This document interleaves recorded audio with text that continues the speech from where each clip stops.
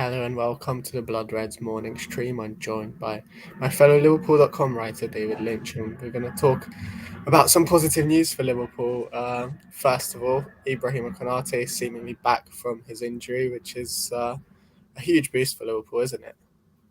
Yeah, really good news. Sort of went under the radar. Really, what a blow that was to lose him early in the season. I think because Liverpool do have a sort of wealth of options in that position, but then a couple of those got struck down as well with injuries, and yeah, it makes it difficult. And I think he would have had a really good shout to sort of started the season alongside Virgil van Dijk. Particularly given the way that he finished last season so strongly.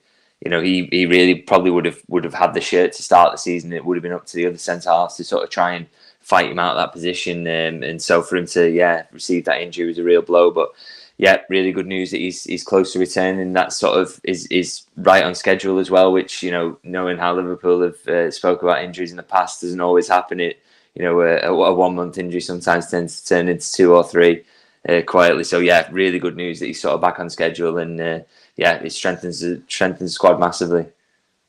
I think not just the squad, but in the last few sort of weeks, we've seen Joe Gomez struggle a little bit with the high line. I think Matip as well. He certainly isn't the fastest he can be, and he was back in his heyday.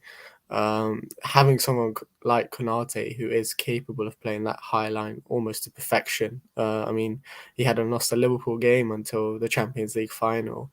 How much do you think he could potentially solve Liverpool's problems? We saw Thiago return, and he pretty much fixed the midfield to a certain extent anyway. How much of an impact do you think Konate can make? Yeah, I think it'll do a big favour to sort of Trent Alexander-Arnold down that right hand side as well in terms of having that pacing behind him, because I think teams are finding it a little bit easy to play down that side. We've spoken before about that being partly a midfield issue in terms of it's too easy to knock passes in behind him. And he's being sort of caught static, but to have a centre half who's got that pace and can sort of run out and play in those fullback positions, which he does. He gets dragged out there, but he's very comfortable in doing so. I think that will really help. And yeah, it is always helpful to have that recovery pace if you're playing a high line, because no matter how good you are at it, and we know Liverpool are very good at catching teams offside, sometimes teams are just going to get the run on you. It's just going to happen. So to have that pace and someone who can get back in there and defend really well 1v1 is massively important to the system, I feel, yeah. Do you think Konate is the sort of first choice option now, besides Van Dijk? Like I said, I think he probably would have been to start the season. I think he'd have been the man with the shirt really to start the season, because he totally deserved it, didn't he? Really, he sort of made himself the first choice towards the back end of last season. I know him and Matip were sort of rotating between the league and the Champions League, but it was quite telling, I thought, that the order of the rotation slightly switched with maybe a couple of months of the season to go, and it was quite clear that Jurgen Klopp was lining it up so that if they did get to the Champions League final, Konate would be the one that played. And I think that sort of said a lot about where he was in the pecking order and what Klopp thought of him. So I think, I think to start the season, he was certainly considered as the first choice. I think at the moment, for these next couple of games, particularly, obviously, it's going to be Joel Matip, I think, just to keep him in. Done really well since he came back in. And I think, not a player that you desperately need to force out of the side. He's a very, very good defender, as we know.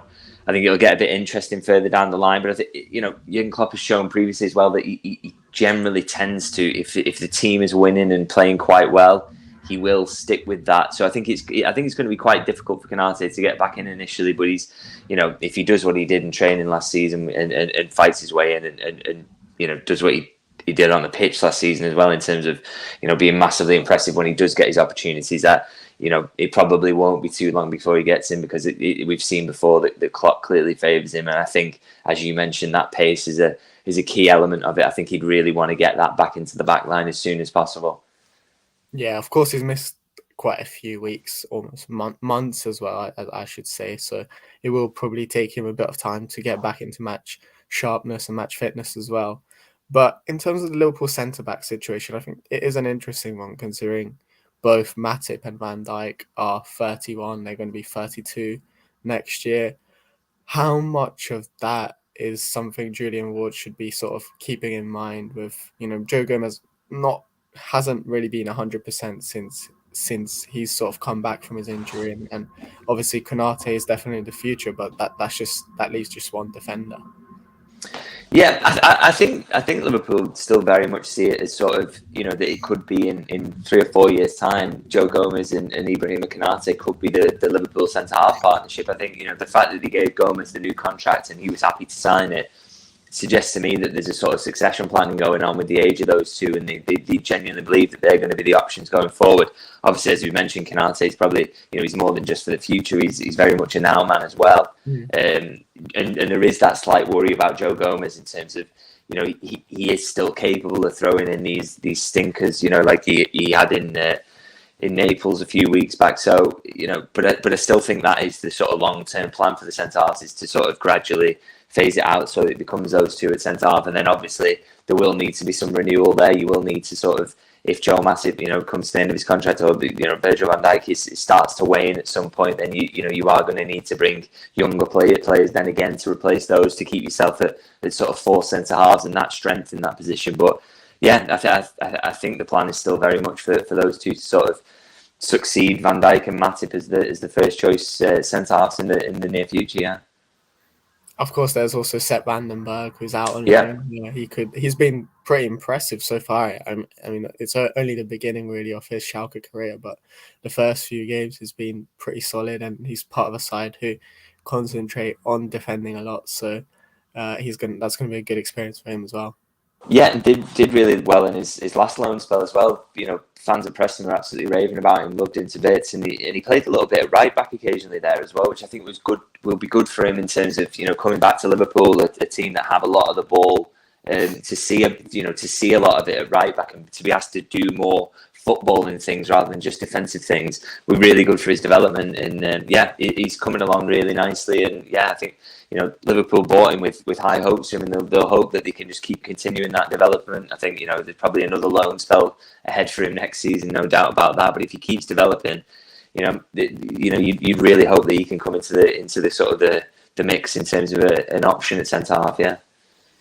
Yeah. Now then, the other positive news for Liverpool last night was that Darwin Nunez managed to score for Uruguay against Canada in an international friendly, and he looked pretty delighted to be on the score sheet. You could see on his celebration it was a bit of a relief for him. And how important do you think that goal is from Liverpool's perspective of Nunez getting? I think when you go through a rough patch, the first goal is always the most difficult one to get. Once you get that, you have more confidence and you can kick on. So how important is it for him to get that goal? And do you think that has any impact on sort of him coming back to Liverpool and how he will be when he does return?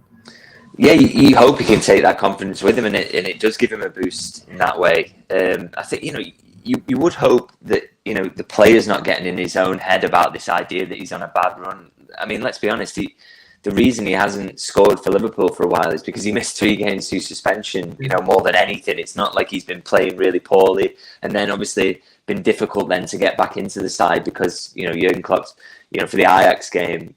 Jurgen Klopp was clearly thinking, I'm going to go with what I know here. We need to get back to our basics. We need to, do all the things that made us successful in the past. So, it's not a reflection on Nunez at all. And I know there's a bit of nonsense going on social media, some of the posts about him and things like that. But he has, when he's been on the pitch for Liverpool, it's been dangerous. And he's scored goals as well. So the idea that he's in this sort of poor run of form, I would push back against that maybe. And I think, if he is thinking in that way at all, then yeah, the goal should help him. And it is always nice for a player to score in an international break before they come back to the clubs, because it's, strikers love scoring goals. And I think, that'll be important for him. But I think, I've no doubt with what I've seen so far of him, that he will get goals for Liverpool, because I think, every time he's on the pitch, he seems to get shots off constantly, even if it looks a little bit ungainly and the football isn't perfect around him and his touch might look a bit dodgy at times, but he gets shots off. And if strikers do that, they will score goals, and he's a shot-making machine, really,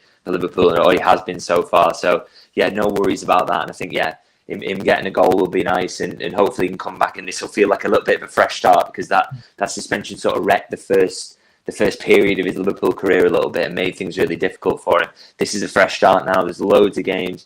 Jurgen Klopp's going to need him, and he's going to start a lot of games. So this could be the real start of his Liverpool career. Absolutely, I think I have to agree, and I think as well Liverpool didn't really create that many chances for him to score from in the last few games, so he was sort of struggling with that as well. But in terms of the whole international week, I think it's been a really good one for Liverpool, and we don't often say that. I mean, you look at Salah, he scored a hat-trick, Van Dijk was on the score sheet, his side won their group in the Nations League. Jota even scored, and he hadn't scored for a while as well because of his injury. So yeah, it's been pretty positive, aside from Trent Alexander-Arnold, of course, for Liverpool. And even that Alexander-Arnold moment could turn out to be a positive to sort of give him a push and a momentum to galvanise him to be even better. That's it. They're all coming back. A lot of them are coming back really happy with what's happened in the international break, and with full of confidence, and sort of will bounce back into Kirby. You think feeling that ready for this next part of the season, which is obviously massively crucial. So yeah, that can always be helpful. And we haven't seen any more injuries picked up, which tends to happen to Liverpool quite a lot in the international break. So that's really nice. And as you mentioned about Trent Alexander-Arnold, I think he's had a rest for a start, which is never a bad thing, and also. He'll come back sort of with a bit between his teeth, because a lot has been said about him in this international break, a lot of debate around him. And I still think he'll be part of that World Cup squad. I'm not really worried about that. I think even though Gareth Southgate is not sure how he wants to use him or whether he wants to use him, I still think he'll be in the squad just because you can't leave him out. He's that good of a footballer.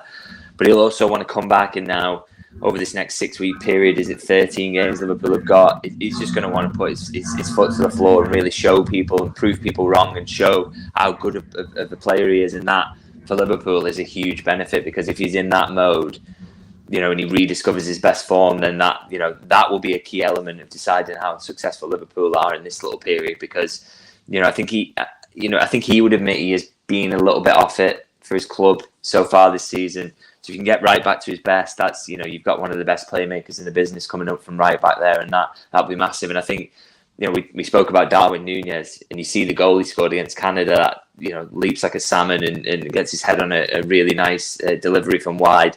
Those are sorts of crosses you see week in, week out from Trent Alexander-Arnold. So let's see a little bit more of that. Let's see those two linking up and proving the doubters sort of wrong. Yeah, let's hope so. I think that about wraps it up for today. Thanks, David, for joining me. Thanks, everyone, for listening and tuning in. And do make sure to check out all the rest of the Blood Red content going out today and the previous day and next week as well. And all the written content as on Liverpool.com as well.